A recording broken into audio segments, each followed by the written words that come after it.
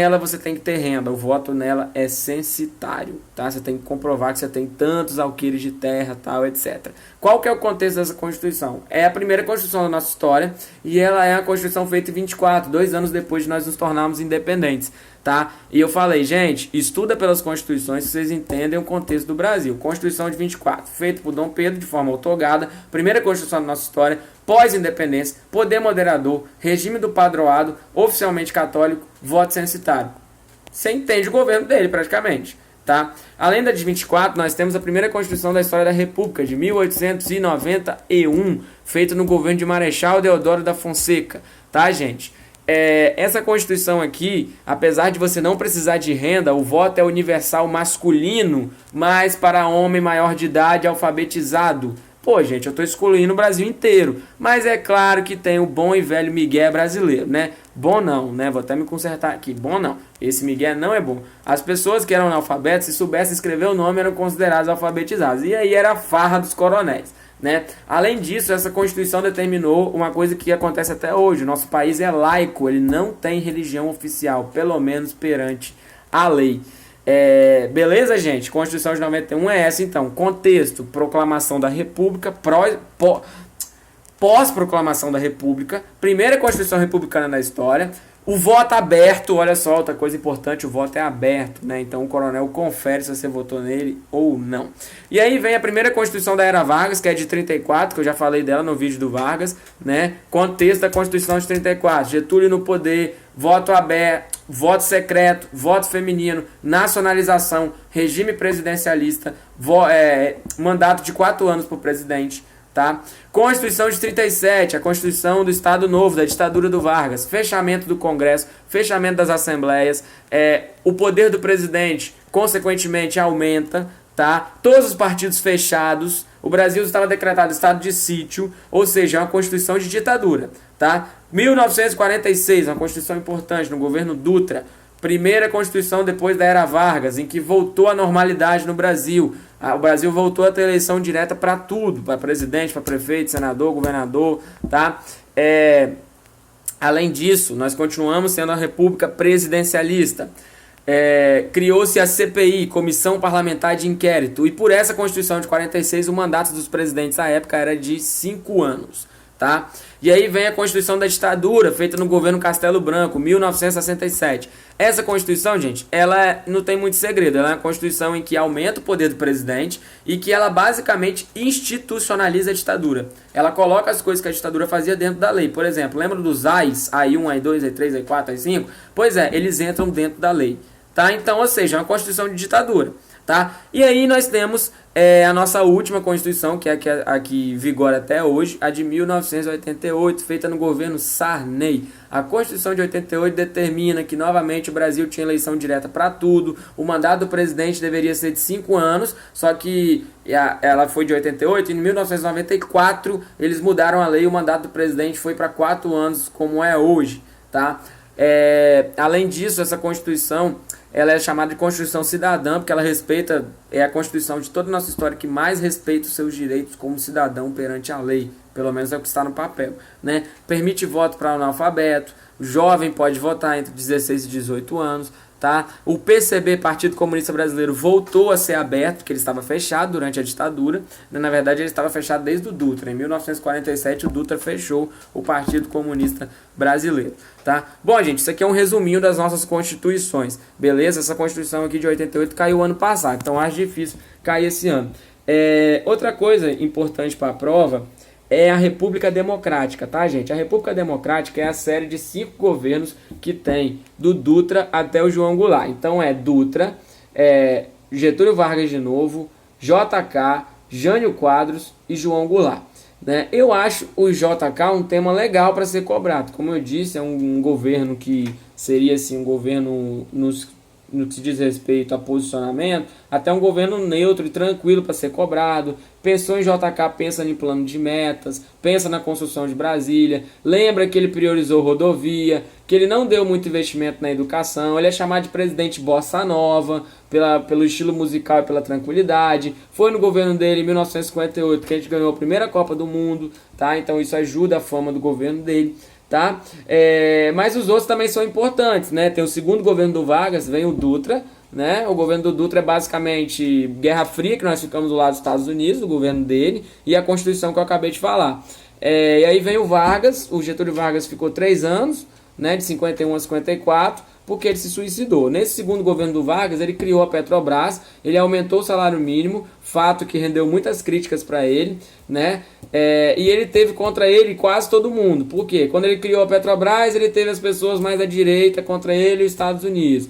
E os Estados Unidos estava contra ele porque ele não quis lutar na Guerra da Coreia e porque ele criou a Petrobras. E aí tentaram assassinar o Carlos Lacerda, a culpa cai em cima dele, até o povo duvida dele. Até que no dia 24 de agosto ele decidiu tirar a própria vida dele, tá? E aí vem o JK, após várias tentativas de golpe, né? Quando o Vargas saiu até o JK assumir, tentaram dar vários golpes, tá? E aí o JK assume, tem um governo tranquilo, apesar de o Brasil ter ficado devendo, o FMI, tem suspeita de corrupção, tal. Aí vem Jânio Quadros fica 7 meses, fez aquele monte de doideira lá, proibiu briga de galo, corrida de cavalo durante a semana, condecorou Che Guevara com a ordem do Cruzeiro do Sul, gente. E mandou João Goulart para a China e colocou o país no inferno, né? Por quê? Porque o Jânio Quadros renuncia, não queriam deixar o João Goulart assumir como presidente, foi uma confusão para convencer os militares de deixar o João Goulart ser presidente. A saída foi a República Parlamentar de 1 ano e meio, mais ou menos, né? Que vigorou entre setembro de 61 a janeiro de 63, quando foi feito um plebiscito e aí o João Goulart conseguiu os poderes. Até que no fatídico dia 1º de abril de 64 ele sofre um golpe da ditadura, tá? A ditadura militar, gente, durou 21 anos, foi de 64 a 85, tá? 5 presidentes: Castelo Branco, Costa e Silva, Médici, Geisel, Figueiredo, tá? Os governos mais importantes são na verdade todos eles são importantes, né? Mas assim, o Castelo Branco, que é o primeiro, né? Nós temos 4 atos no governo dele. O AI-1, que é a Operação Limpeza, que era fazer uma limpeza nos perigos que eles consideravam, né? Ai meu Deus, os comunistas querem tomar o Brasil, né? O AI-2, que é o bipartidarismo, eleição indireta para presidente. O AI-3 é eleição indireta para governador e prefeito. O AI-4 é a Constituição, que eu falei alguns minutos atrás, né? E aí vem o governo do Costa e Silva, que é o governo da passeata dos 100 mil no Rio de Janeiro. É o governo do AI-5, tá? O AI-5 foi no governo do Costa e Silva, que é o ato mais duro de todos. Suspendeu o habeas corpus, aumentou o poder do presidente, censura prévia. O presidente podia caçar direitos políticos de qualquer cidadão, poderia fechar o Congresso, como fizeram, né? Bom, aí depois vem o Médici. O Médici é o governo dos anos de chumbo, é o governo do milagre econômico, mas é o governo que mais perseguiu, mais reprimiu protestos, tá? E aí vem o Geisel, que é o governo da abertura lenta, gradual e segura, que é o governo do fim do AI-5, tá? E aí vem o último, que é o Figueiredo, que é o governo da lei de anistia, né, de 79, anistia ampla, geral e restrita, lei esta muito questionada, porque ela anistiou algumas pessoas e outras não, né? Além disso, o governo do Figueiredo acabou com o AI-2, ele permitiu a volta dos partidos e teve eleição direta para governador novamente em 82. Aí em 84 a gente tem um movimento direto a já, pedindo para eleger presidente no ano de 85, não foi à frente o pedido, né? E aí as eleições de 85 foi entre Paulo Maluf e Tancredo Neves. Tancredo venceu, no entanto morreu antes de ser presidente, por isso que o Sarney, que assume como presidente, eu já falei do Sarney para vocês, né? Bom, é isso, tá, gente? Para nós encerrarmos aqui esse vídeo, ditadura militar, ditadura não, escravidão, tá? Escravidão é um outro tema muito cobrado também. Aí é difícil falar o que eles vão pedir de escravidão, né? Porque é muito aberto. Pode pedir sobre atos de resistência, sobre o que eles faziam. Pode perguntar sobre a escravização tanto de índio quanto de negro, tá? Pode perguntar sobre alguma revolta, como foi a revolta dos malês, que eles perguntaram, né? É muito aberto, tá, gente? Mas assim, vocês teriam aquela visão, né, que os europeus tinham sobre o escravo negro, aquela questão do preconceito, né, e que o índio foi escolhido para ser catequizado, mas ele, um ou outro sempre era escravizado, e que tem os atos de resistência, como fuga, como fazer uma revolta, a construção de quilombos, tá? Tudo isso está enquadrado dentro dessa questão aí de escravidão, da resistência e de como que acontecia. Bom, gente, são muitos temas, né? Eu separei esses daqui para vocês. Outro tema também que eles gostam é a proclamação da República, né? Em 1889 nós tivemos a proclamação da República no dia 15 de novembro, em que o Marechal Deodoro da Fonseca proclamou a República, tirando Dom Pedro II do poder. O contexto da proclamação da República é o quê? É as leis libertando os escravos, em que tirou o apoio que Dom Pedro tinha dos donos de terra. É também a burguesia cafeeira que estava crescendo e não via mais o imperador com bons olhos. É o exército que cresceu. São as ideias positivistas de república que chegaram ao Brasil. Tudo isso contribuiu para derrubar Dom Pedro II do poder e inaugurar a república no Brasil. Tá, gente? República esta, lembrando que nós temos a República de Espada de 1889 a 1894, com espada porque foram dois presidentes marechais, Deodoro da Fonseca e Floriano, e de 94 até 1930 nós temos a República Velha, ou oligárquica, que foi aqueles coronelismo, aquela troca de presidentes, tá?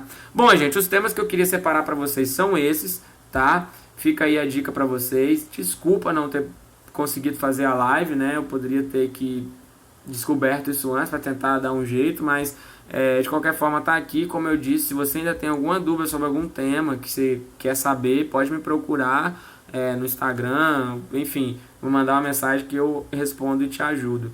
Beleza, gente? Mais uma vez, uma ótima prova a todos vocês, tá? Façam com calma, com atenção, já deu tudo certo, vai dar tudo certo, tá?